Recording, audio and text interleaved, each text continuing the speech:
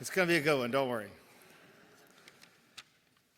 I just want to make a few announcements here before I begin my homily. As you know, Friday we had our gala for the school, big gala dinner and auction, and we raised a lot of money for our school. So we'll be able to finish the renovations to the Meyer Center, and that's going to be great. So thank you to all who participated and to all who bought a raffle ticket. Anybody win the raffle here? Oh, darn. Sorry, but hey, take a chance. It was a really successful gala, so thank you. And of course, this weekend, as you know, is the Christ Renews His Parish weekend for men, and we have 15 men who are going through the first stage of that, and they're encountering Christ in a deeper way. And they're forming this brotherhood among all the men there. So keep praying for them today that they finish off very well and they take what they've gained to the parish and to their families and to their workplace. And of course, Wednesday we have our very special guest speaker who's going to be at church, Christopher West. He's a fantastic speaker on the theme of theology of the body, and he developed this whole presentation with music by Mike Mangione, who's a Catholic musician, and they have artwork and song, and it's really a special night. But it presents theology of the body in a new light. It's a new synthesis of Catholic theology to look at the whole person, body and soul, and the meaning of marriage and your sexuality all in there. And it's new in the church. It's developed by John Paul II. And it's really the answer to many of the questions today, to present the church's teachings in a way that really ring true in your heart, in your body, in your mind. So come out Wednesday night here in church at 7 o'clock for that beautiful presentation. You can buy a ticket after Mass, or you can buy a ticket there that night too. When we talk about theology of the body, it's something that gives meaning in our life, especially in our married life, those who are married and those who will want to be married one day. And in the gospel, Jesus tells of him preparing a place for us. Now this goes deeper than just he's going to prepare a room for you in heaven. It's a dwelling place. It's somewhere to be with him, with God the Father, in that relationship of heaven, which is like marriage. It's like marrying God. Now you have to kind of raise yourself out of the earthly understanding of marriage between one man and one woman. Marriage to God is your soul and your body when you're resurrected from the dead, uniting to God in the most intimate way. You'll be totally united to God, seeing him face to face and enjoying his presence forever. So it's like a marriage. And so marriage then is the sign, is an icon of what God's love will be in heaven. Because God loves us faithfully, exclusively, unconditionally, and fruitfully. And that's what marriage has to show. And so Jesus describes him preparing a place. So he said, I got to go away for a while and prepare that place, and I will come back and get you. Now this harkens back to the Jewish custom of the bridegroom telling his betrothed spouse, I got to go back to my father's house and prepare a place for us. And he's for a few weeks he's gone, and they're separated, and then they come together, they're wed, and he takes her into the home, the dwelling place, to be together forever for the rest of their lives. He actually carries the bride into the dwelling place. And so we have this Jesus telling us that's what he's going to do for us. We're going to have a place prepared for us in heaven, a dwelling place, a home. Now, how many of you have ever been away from home for a few weeks or even a vacation, and you just love to come home and you're at peace? You know the feeling. We're on a sojourn. We're on a pilgrimage to this world. We're kind of strangers to the world, as St. Peter says, and we got to go home to heaven, to that new heaven and new earth that God's going to prepare for us, and we'll get our bodies back in glory. And so in this world, we have to live for that. And so a married couple shows that kind of love that God has for the world, a faithful love.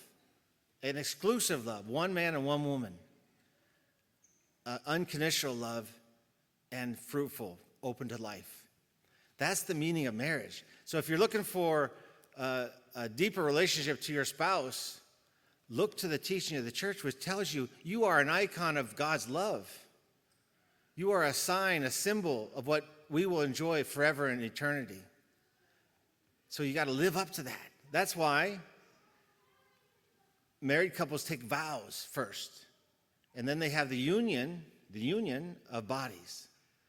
Because the vow is first, is to profess your consent and your love, being fruitful and faithful and exclusive and unconditional. And then you seal that, you make that real by your coming together as man and wife. We've reversed that whole order. It's all upside down now. That we go for the body first, and then the spirit comes later, the commitment comes later, and then it usually all falls apart. So we have to regain that true sense of what it means to be married. You vow yourself to one person, that your two individuals are working together, body and soul, for heaven, and showing what heaven is going to be like for everyone in a foreshadowing kind of way. Now, if you're a young person who's thinking, I want to get married one day, which most of you probably do, you have to approach it in a different way than the world tells you. The world tells you to just find someone who turns you on. Find that guy or that gal who you like, And that's not the way, because once you give yourself over to the physical side of a relationship without developing that personal, interpersonal dialogue and getting to know each other and becoming really friendly first, it's all out of order. And problems happen because your body goes along with the feelings, and then if your spirit's not with you, you're going to have problems.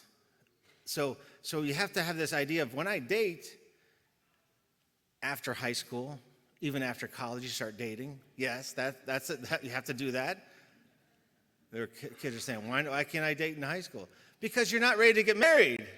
Dating is not just to have fun with someone. You go out with friends and you develop good friendships first, good, chaste, holy friendships, and leave the serious stuff till later, till you're ready to commit to someone. So you don't give yourself away so easily, that you can be faithful to that one person for the rest of your life. So I'm telling all you 8th graders and high school kids and even college kids, to have a steady boyfriend or girlfriend is not for you. It's not. It's going to cause you heartaches. It's going to cause problems. And even it's going to cause pregnancy, out of wedlock pregnancies. It does. Those things happen. So be very aware that you're dating someone is to look at that person, see that person who's in front of you, and see if that person will help you get to heaven. Make that commitment to him first, and then you seal it with your bodies. So this is this new way of thinking of theology in the church that John Paul II brought to us. It's to integrate both body and soul into our way of being.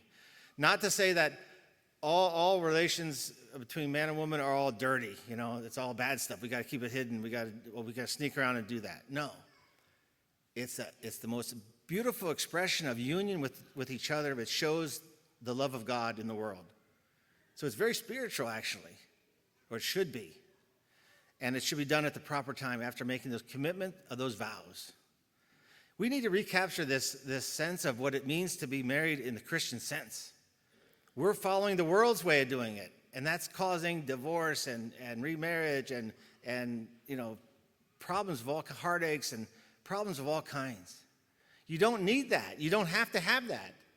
You're allowed to enter into relationships when you're ready with the right person and discern that, and then let that happen after you're married. And so there are also people who say, I want that heavenly intimacy with God, so I'll forsake it here on earth and be a sign that there's more to come. That's a consecrated person, or in my case, a promise of celibacy.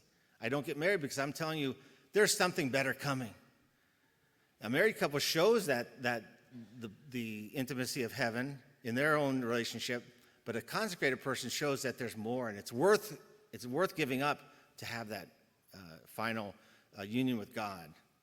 So if you feel this call of giving your life over and say, I want to work to show that heaven is better than this world, and that I want to be an example for people to live a chaste life. You're called to be consecrated, totally given over to Christ in love for him and God. And so we have to change our way of thinking right now. We have to change it. We have to fight for the good things that we know are true. Because Jesus is the way, the truth, and the life. He shows us the way to live. He is the truth. He shows that this is the truth of how you should live, and he gives us the life then. We have true, authentic life. We're not living deceptively. We're not living two lives at once. You know, one, when you come to church, you're trying to be holy, and then another life when you're on your own and you're doing all kinds of things. We have to be integral. We have to be complete. We have to be before God as we are. And Christ gives us that life. And in Holy Communion, then you can receive Jesus and say, Lord, make me like you. Help me to live my life as this great symbol of God's love in the world, whether married or single. And help me to date correctly so I can find the person who is going to help me get to heaven. So let's put ourselves more in God's presence every day so that we can take on this way of thinking. It's different than a natural way of thinking. It's supernatural. It's spiritual, but it's our whole person involved. So let's continue to strive and study. So I really want to encourage you to come Wednesday night to learn more about it. It's a great presentation Wednesday. So come out and just dig into it and make it a part of your life, and you will live a better life and be more happy.